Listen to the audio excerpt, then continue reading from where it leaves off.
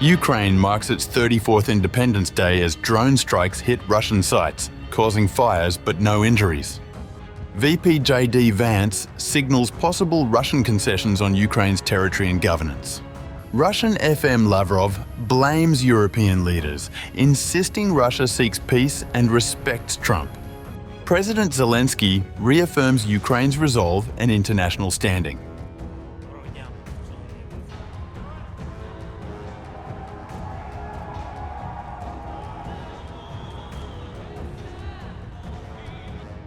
Ukraine marked its 34th Independence Day on August 24th amid debate over possible paths to ending the war with Russia. Vice President JD Vance told NBC's Meet the Press that Moscow has, in his view, made significant concessions in talks with President Trump. He pointed to signs of flexibility on issues once considered untouchable for the Kremlin, including recognition of Ukraine's territorial integrity and shelving efforts to install a pro-Moscow government in Kyiv. I think the Russians have made significant concessions to President Trump. For the first time in 3.5 years of this conflict, they've actually been willing to be flexible on some of their core demands. They've talked about what would be necessary to end the war. Of course, they haven't been completely there yet, or the war would be over. But we're engaging in this diplomatic process in good faith. We sometimes feel like we've made great progress with the Russians, and sometimes, as the president has said, he's been very frustrated with the Russians. Vance added that security guarantees for Ukraine are part of ongoing discussions, though not all conditions have been accepted by Moscow. He also said additional sanctions remain possible, but would be weighed on a case-by-case basis.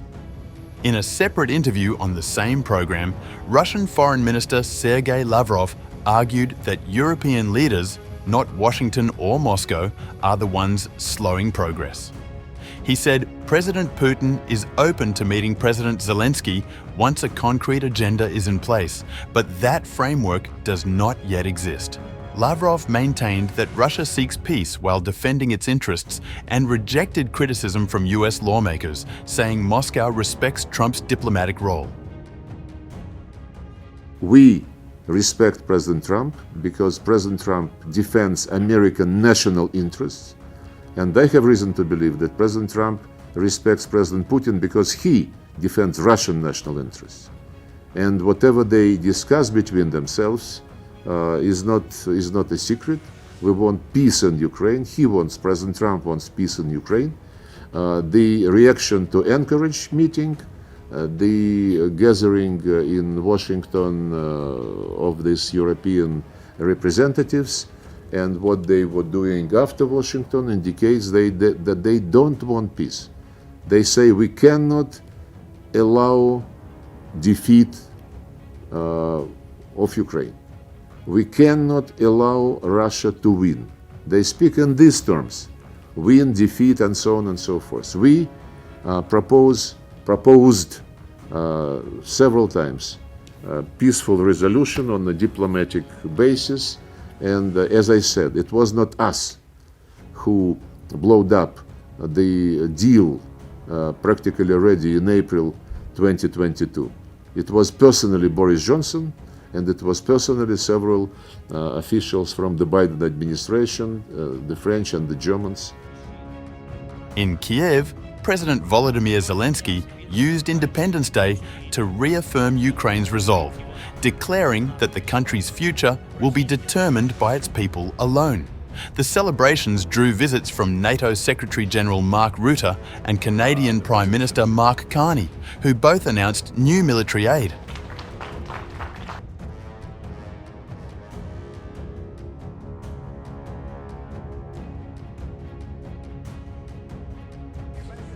Despite little visible progress since Trump's meeting with Vladimir Putin in Alaska earlier this month, Vice President Vance said the administration still believes it can broker peace. He claimed both Moscow and Kyiv have shown greater willingness to negotiate in recent weeks. Vance also defended Washington's use of tariffs as leverage. He confirmed that the new 25% penalty on India's imports of Russian oil was part of what he called aggressive economic pressure on Moscow. He argued that secondary tariffs on India are intended to squeeze Russia's energy revenues, though New Delhi has rejected the move as unfair and unjustified. The Vice President drew sharp criticism when he invoked World War II to suggest that all major wars end through negotiation. Historians were quick to note that the conflict concluded with unconditional surrender, not talks, leaving him open to ridicule. Meanwhile, Lavrov used his media appearance to accuse European leaders of resisting peace. He praised Trump's push for talks, but claimed the reaction of European officials to recent White House meetings showed they were unwilling to pursue a settlement. Lavrov insisted Russia seeks peace while continuing to demand Ukrainian territorial concessions. Despite skepticism both at home and abroad, Vance insisted the US will keep pressing both sides to return to the table, framing diplomacy as the only realistic path to end the war.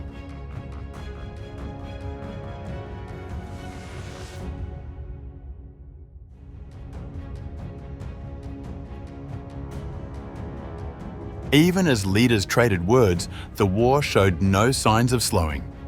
Russian officials reported that Ukrainian drones struck overnight in the Kursk region, sparking a fire at a nuclear power facility. The blaze was contained quickly, and authorities confirmed radiation levels remained normal. A transformer was damaged, but there were no injuries.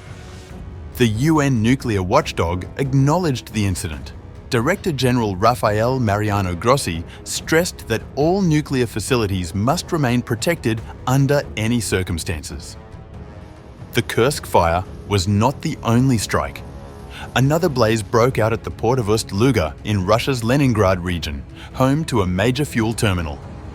Local officials said falling debris from intercepted drones caused the fire. Russia's defense ministry claimed its air defenses downed 95 Ukrainian drones across its territory. At the same time, Ukraine's Air Force reported Russia had launched more than 70 drones, decoys, and a missile overnight, about 2/3 of which were intercepted. Speaking in Kyiv, Zelenskyy used the symbolic moment to emphasize resilience. He declared Ukraine determined to secure peace on its own terms and said the country is respected internationally as an equal partner.